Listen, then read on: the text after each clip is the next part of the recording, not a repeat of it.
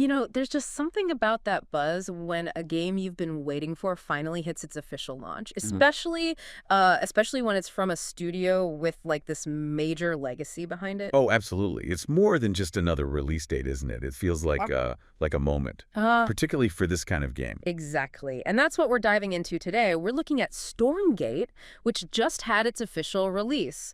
Our mission really is to unpack their new roadmap and wow, these huge patch notes that Frost Giant Studios just dropped. Yeah, there's a lot there. We want to figure out what it all means, for the game, but also for you, the players putting time into it. And we're working from that gaming news piece by Cedric Paberga, dated today, August 5th, 2025.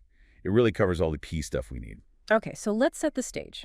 Stormgate, it's an RTS, a real-time strategy game. That genre name alone carries weight, right? Strategy, speed. And the developers? Well, they're ex-Blizzard folks. Which sets expectations sky high. You immediately think StarCraft, Warcraft, that level of polish and competitive balance. It's a heady legacy to carry, for sure. And Stormgate's had a journey. It hit early access, was it July last year? Yeah, July 2024. And it's just come out of that phase now. So August 5th, 2025, that's the official launch day.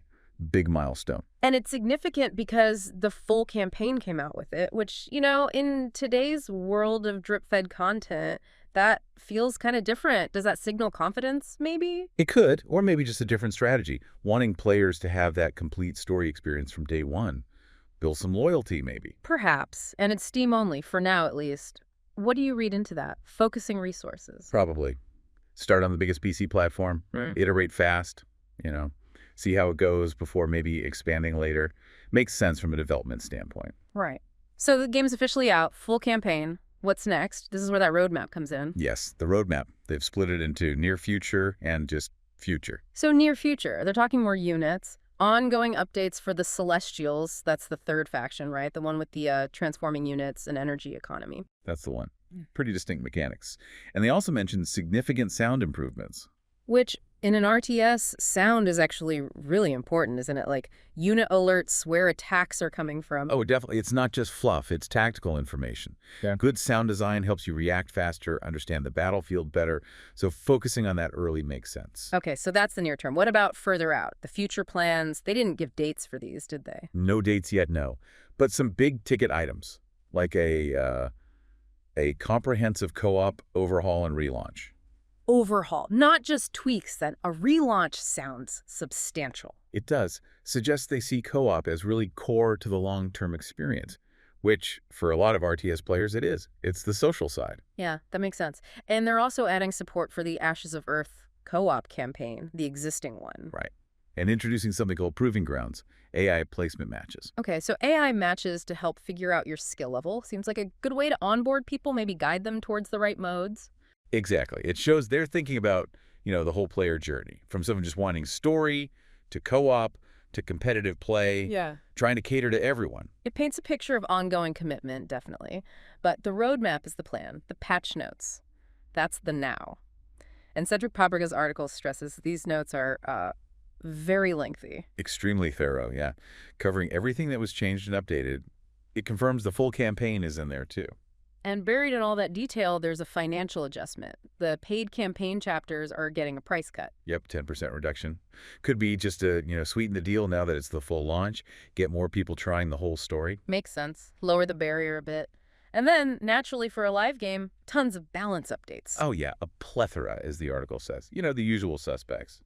Unit stats, ability cooldowns, resource costs, the nitty-gritty balancing act. But the really eye-catching part, the thing that jumped out, was the focus on the Celestials. They apparently got the most changes, took up the most space in the notes. That's right. And it's a significant chunk. Yeah. More than just routine tuning. Why? Why pour so much attention into that one faction right at the official launch? What does that tell us? Well, it suggests maybe their initial design for the Celestials, with those unique mechanics we mentioned, wasn't quite landing right in the live environment. Perhaps interactions with other factions or the economy weren't working as planned. So they're having to do some pretty major retooling, not just small tweaks. It seems like it. Which, you could see it two ways. On one hand, it shows they're responsive, right? They see an issue maybe based on data or feedback during early access, and they're willing to make big adjustments quickly. True. Responsiveness is good.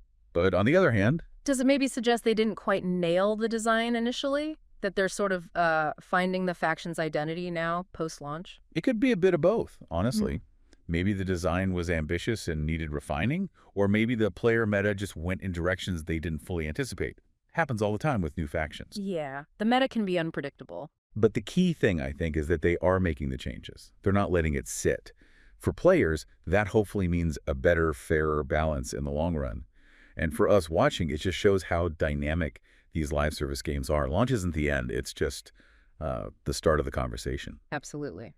So we've covered a lot today. Stormgate's official launch, the roadmap pointing towards future co-op and unit additions, and these really extensive patch notes showing immediate, sometimes drastic refinement.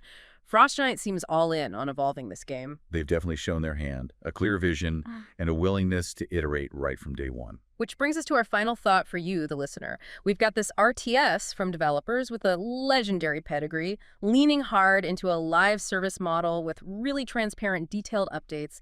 What does this whole approach, this like aggressive responsiveness, tell us about where RTS games might be heading? How could Stormgate's way of doing things, the constant updates, the potential big swings in balance like with the Celestials, how might that change what players expect from other RTS games in terms of post-launch support and content? Is this the new normal? That's a great question, something definitely worth thinking about. Indeed. Ponder that one until our next deep dive.